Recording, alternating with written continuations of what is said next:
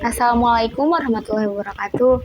Halo semuanya, perkenalkan nama saya Saksin Tabdila. Saya bersekolah di SMP Negeri 1 Sekawan. Di sini saya akan bercerita dengan judul Raja Pemburu. Berjalan kaki ke sebuah universitas sudah biasa baginya, walaupun jarak rumah dengan universitas cukup jauh. Namun, gadis manis ini tidak pernah mengeluh. Aurel Bianca terbiasa hidup susah di saat ia masih kecil. Namun, itu juga yang membuatnya tidak pernah menyerah dalam menghadapi sebuah masalah. Sesampainya di sekolah, dia terjatuh.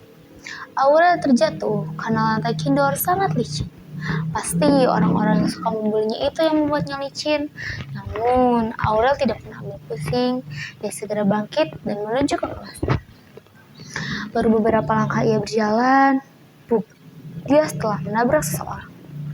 Setelah melihat wajahnya, mukanya menjadi pucat dan tatapannya menjadi gosong. Gawat, karena dia telah menabrak seseorang dengan julukan King Bully. King Bully tidak akan pernah berhenti membuli seseorang yang telah mengakuinya. Tak lama kemudian, suasana lapangan pun menjadi ramai. Orang-orang berlarian dan berbondong-bondong ingin melihat aksi sang Raja Bully. Namun, mereka hanya menatapnya, tidak berani menolong Aurel karena sang Raja Bully sedang membuli mangsanya. Sergio Fahreza Mahardika. Dia adalah pemilik dari Universitas Mahardika. Orang tuanya memiliki banyak perusahaan di mana-mana. Dia berkuasa, dan satu hal yang harus kalian ingat, dia adalah ketua geng dari geng Alcatraz yang berisi 550 orang. Setelah kejadian itu, Aurel selalu dibully habis-habisan oleh Sergio dan teman-temannya. Hingga suatu hari, Sergio sedang memasang paku di dinding untuk menempelkan sebuah foto kelas. Namun, dengan tidak sengaja, Aurel menyenggolnya sehingga Sergio salah memukul. Bukan sebuah paku yang dia pukul, namun sebuah jam tangan pemberian dari ibunya. Sergio pun lantas marah. Mukanya berubah menjadi warna merah. Matanya pun terlihat sinis sekali. Aurel sudah berusaha meminta maaf kepada Sergio, namun Sergio tidak mau memaafkannya.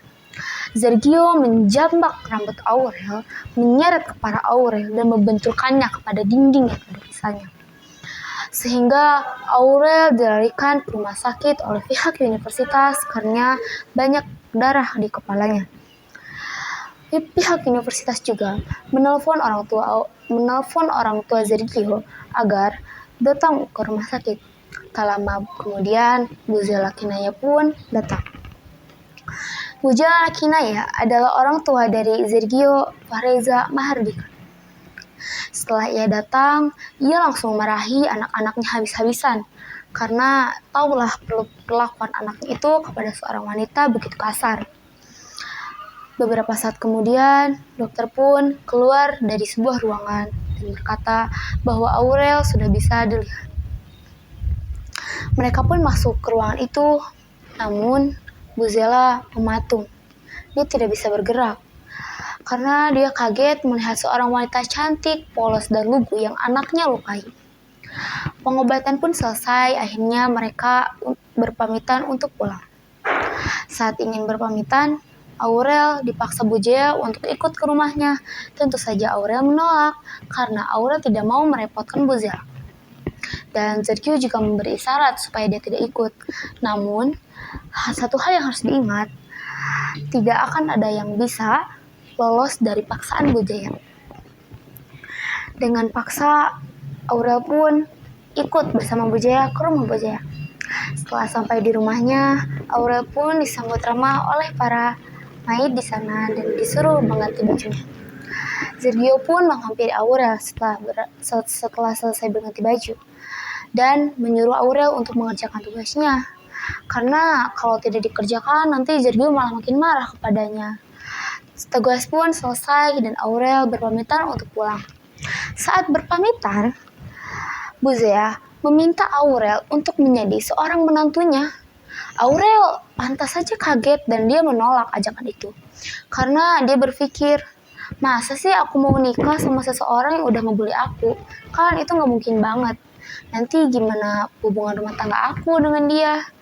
Namun Bu Zela terus memaksa Aurel sehingga Aurel mengiyakan perkataan Bu Zela. Tak lama kemudian datanglah seorang Sergio ke situ. Sergio berkata, "Ada apa ini?" Dan Bu Zela menjawab, "Tidak apa-apa."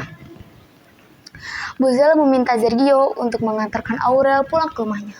Tapi Sergio menjawab, "Kenapa harus aku sih yang nganterin dia? Kan masih ada supir di sana. Kan banyak supir di rumah ini." Namun Bu Zela marah kepada Sergio karena telah berkata seperti itu. Dengan terpaksa, Sergio pun mengantarkan pulang ke rumahnya Aurel. Hari demi hari, waktu demi waktu. Sebuah aksi pembulian berubah menjadi perhatian-perhatian kecil. Tak lama kemudian, Sergio menyadari bahwa dia telah jatuh cinta kepada seseorang yang telah ia sakiti. Sergio ingin mengungkapkan perasaannya, namun dia takut bahwa dirinya tidak diterima. Akhirnya teman-temannya menguatkan dia supaya dia pede dan mengungkapkan perasaannya. Setelah itu Sergio berbicara kepada Aurel, maukah Anda menikah dengan saya ketika sudah lulus nanti? Lantas saja Aurel pun mengangguk. Sergio senang. Mereka memutuskan untuk pergi ke rumah Aurel dan meminta restu kepada ayah kandungnya. Tentu saja ayahnya merestuinya, namun ibu tirinya tidak merestuinya. Dan ayahnya pun berkata, "Dia itu anak saya, dia itu hak saya. Kamu itu gak ada hak buat larang dia. Dia sudah cukup sengsara selama ini. Sekarang, biarkanlah dia hidup berbahagia." Mereka pun mendapat restu dan mereka pun berpamitan pulang. Senyum Sergio tidak pernah pudar saat itu. Setelah beberapa bulan mereka lulus, Sergio pun menikahi Aurel.